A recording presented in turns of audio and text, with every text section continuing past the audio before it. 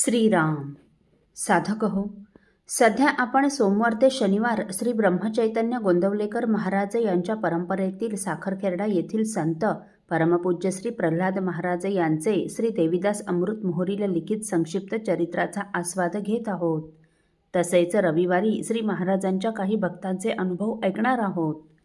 डोणगावला गणपती मंदिर बांधण्यात आले होते व तेथे श्री गणपती मूर्तीची स्थापना श्री महाराजांच्या पवित्र हस्ते व्हावी अशी डोणगावातील बहुतेक सर्वांची इच्छा होती.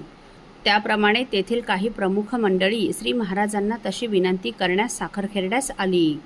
श्री महाराजांनी त्यास संमती दर्शवली आणि पंचांग पाहून मूर्ती स्थापनेचा मुहूर्तही काढून दिला. त्याप्रमाणे आषाढ वद्य चतुर्थी 19 जुलै 1973ला गणपतीची स्थापना करण्याचे ठरले. त्यासाठी तृतीयेच्या रात्री श्री महाराज तेथील अरविंद मदन सावजी यांच्याकडे मुक्कामास आले. दुसऱ्या दिवशी मूर्ती स्थापनेचे यथाशास्त्र सर्व विधी होऊन आषाढ वद्य चतुर्थीला रात्री 10 वाजता श्री महाराजांच्या शुभ हस्ते गणपतीची प्राणप्रतिष्ठा संपन्न झाली. त्या दिवशी श्री महाराजांनी व बरोबरील सर्वच सेवेकरी भक्तांनी चतुर्थीचा उपवास केला होता. रात्री आरती होऊन नैवेद्य झाला. सर्वांनी मंगलमूर्तीचा व श्री महाराजांचा जय जयकार करून प्रसाद घेतला. दुसऱ्या दिवशी राजाभाऊ कुलकर्णी सातेफळकर यांच्याकडे रामरायाचा नैवेद्य झाला व काही मंत्रही झाले. तेथून सायंकाळी महाराज नागापूरला जहागीरदार यांच्याकडे थोडा वेळ थांबून रात्री 8:30 वाजता बाबूराव तळणीकरांकडे तळणीला आले. त्यावेळी लक्ष्मण महाराज, रामदास देसाई, गणेश बाबूराव तळणीकर प्रवासात महाराजांबरोबर होते. दुसऱ्या दिवशी काकड आरतीनंतर भर्जनम भव बीजानाम या रामरक्षेच्या श्लोकावर महाराजांचे प्रवचन झाले. 2 दिवस तळणीला महाराजांचा मुक्काम झाला. तिसऱ्या दिवशी सायं उपासनेनंतर महाराजांनी प्रवचन करावे अशी काही तळणीकर मंडळींची इच्छा होती व प्रवचन करण्याची विनंती ते महाराजांना करणार. तेवढ्यात श्री महाराज त्या सर्वांना म्हणाले, भजन म्हणजे त्यालाच चिकटणे व प्रवचन म्हणजे केवळ त्याचे वर्णन करणे. प्रवचन म्हणजे केवळ पदार्थांचे वर्णन करणे तर भजन म्हणजे प्रत्यक्ष जेवण करणे. म्हणून रात्री 9 ते 11:30पर्यंत गोड भजनच झाले. तेथून दुसऱ्या दिवशी श्री महाराज लोणार करून साखरखेर्ड्यास आले. श्रावण शुद्ध प्रतिपदेला लोणारचे मधुकरराव कायंदे व त्यांच्या पत्नी मालतीबाई श्री महाराजांच्या दर्शनास आल्या. त्यांनी श्रावण महिन्यात श्री रामानंद महाराजांसमोर अखंड नंदादीप लावण्याचा संकल्प केला होता. त्याप्रमाणे नंदादीप लावून त्यांनी श्री रामानंद महाराजांना अभिषेक व नैवेद्य केला. श्रावण शुद्ध पंचमी म्हणजे नागपंचमीच्या दिवशी श्री महाराजांबरोबर मंदिरातील सर्व पुरुष मंडळींनी श्रावणी केली. गावातील बरीच मंडळी व परगावीचीही काही मंडळी या श्रावणीच्या कार्यक्रमास होती.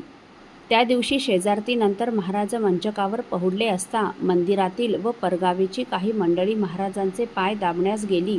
तेव्हा श्री महाराज म्हणाले, हे पहा, मला पाय दाबून घेणे आवडत नाही, जप करणे आवडते. तेव्हा तुम्ही सर्व नाम घेत पडा.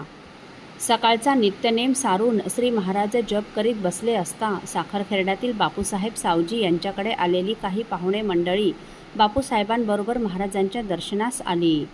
त्यातील एक व्यक्ती थोडे अहंकारी होते. ते नेहमी मी गावात हे केलं ते केलं असं सारखं सर्वांना सांगत असत. मी नसतो तर गावातील लोकांचे काय झाले असते ते रामच जाणो असं त्यांना वाटत असे. ते सर्वांनाच आपल्यापेक्षा थोडे कमी लेखीत आणि त्यांच्याशी तसाच व्यवहारही करीत असत. त्यांचा अहमपणा त्यांच्या चेहऱ्यावरही स्पष्ट जाणवत असे.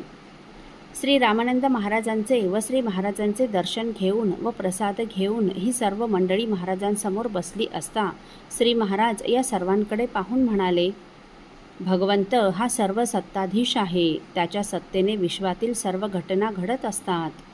झाडाचं पानसुद्धा त्याच्या सत्तेशिवाय हलत नाही. त्याची इच्छा नसेल तर डोळ्याची पापणीसुद्धा आपण हलवू शकत नाही. परंतु तरीही अहंकाराने आपण मी हे केलं, मी ते करीन असं सारखं म्हणत असतो.